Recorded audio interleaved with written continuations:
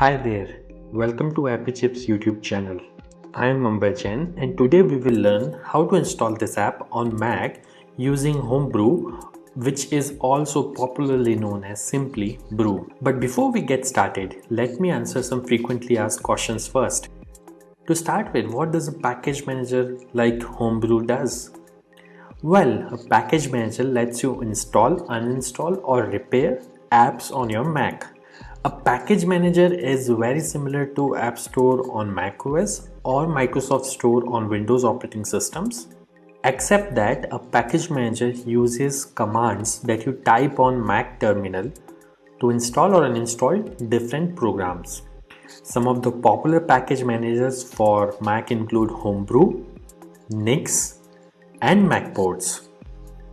And if you are coming from a Linux background, you will feel at home with Homebrew, especially if you have used package managers like apt, pacman, yum, etc. on Linux based operating systems. Next up, is it safe to install the Mac apps via Homebrew? Short answer, yes. In fact, Homebrew is the most popular and thus most widely used package manager on macOS. Moreover, Homebrew is a non-profit member of Software Freedom Conservancy Foundation, also known as SFC Foundation. Many other open source projects like Git, BusyBox, Samba, Wine are all part of this Software Freedom Conservancy organization.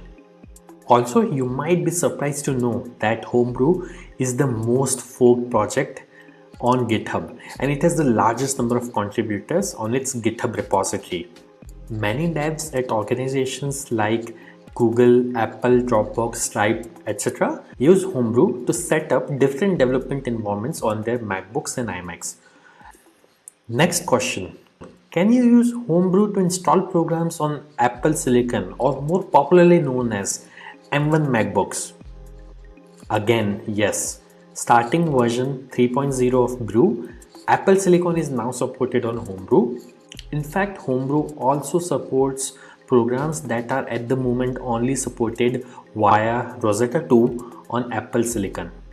Now that I have answered your questions on safety and compatibility of Homebrew, let's get to the installation process. Before we can install anything using Brew, we need to install the package manager itself, that is Homebrew, on your Mac. So let's see now how can we install Brew on Mac. Let me open my Mac here. First, you need to press Command and space on your keyboard. This will open Spotlight Search on your Mac. And then you have to type terminal.app. You will see this terminal app. Simply double click on it to open terminal. Let me maximize this terminal window. Now we need to copy paste the command to install Homebrew from the Brew website. So open your web browser and simply go to the website brew.sh. Once you are on the website, you will see this section called Install Homebrew, which has a command that you can simply copy by clicking on this button over here. Once it is copied, you have to go back to terminal, right click, paste. Now that the command is copy paste over onto this terminal, press enter. This will start Brew installation. Now it is prompting me to enter my user's password on Mac. I am going to type the password now, but it won't be visible on your terminal. Once you have entered the password, simply press enter, and if the password is correct, the script will continue. Now it is saying press return to continue the installation. I'll press enter here, and this will start the installation of Homebrew on my Mac. Let's wait for this to finish. As this message here says, installation successful. So that's it. Brew is successfully installed on your Mac now. Now before we proceed, I would like to highlight that Brew collects anonymous usage data via Google Analytics. As you can see on this page, if you want to opt out, you can simply run this command brew analytics off and press enter, which simply disables the anonymous usage data collection on your Mac. Now let's update the package database locally by pulling the metadata of the latest packages on a local map from the central Brew repository. This should typically take less than a minute to complete depending on your internet connection speed. To do so, simply type the command brew update and press enter. As you can see, my local Brew database is already up to date because I just installed Brew on my system.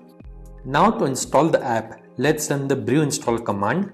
Mind you, if during installation, if you're prompted to enter a password, enter your Mac user's password to continue.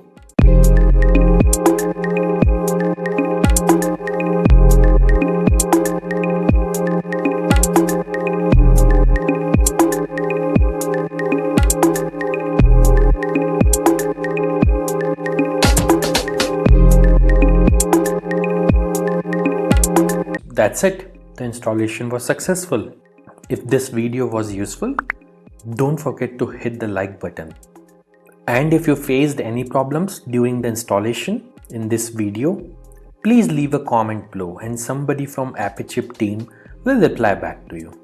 If in future any app installed using Brew stops working, then you can simply reinstall it using the command brew space reinstall space the name of the program. For example, I'll try to reinstall this program called Hello, which is already installed on my system. As you can see, it is downloading the program and it says reinstalling Hello, and now Hello is successfully installed. And if you want to uninstall any app installed using Brew, simply run brew space uninstall space the name of the program. In this case, I will try to uninstall the program Hello, which is already installed on my system. As you can see, within a few seconds, it says the program is successfully uninstalled. Also, over time, Brew might end up consuming disk space on your Mac as it keeps installers of the programs that you had installed on your hard disk in a cache directory.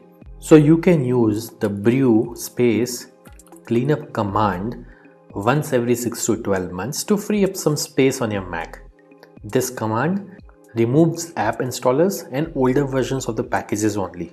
It would not uninstall any of the apps that you have installed. As you can see, Brew cleanup was successfully run on my system. So do subscribe to our channel as we have tutorials for installation of over 9,000 programs on Mac, which will come handy. If you need to install other apps on Mac in future, chances are that we have got it covered already.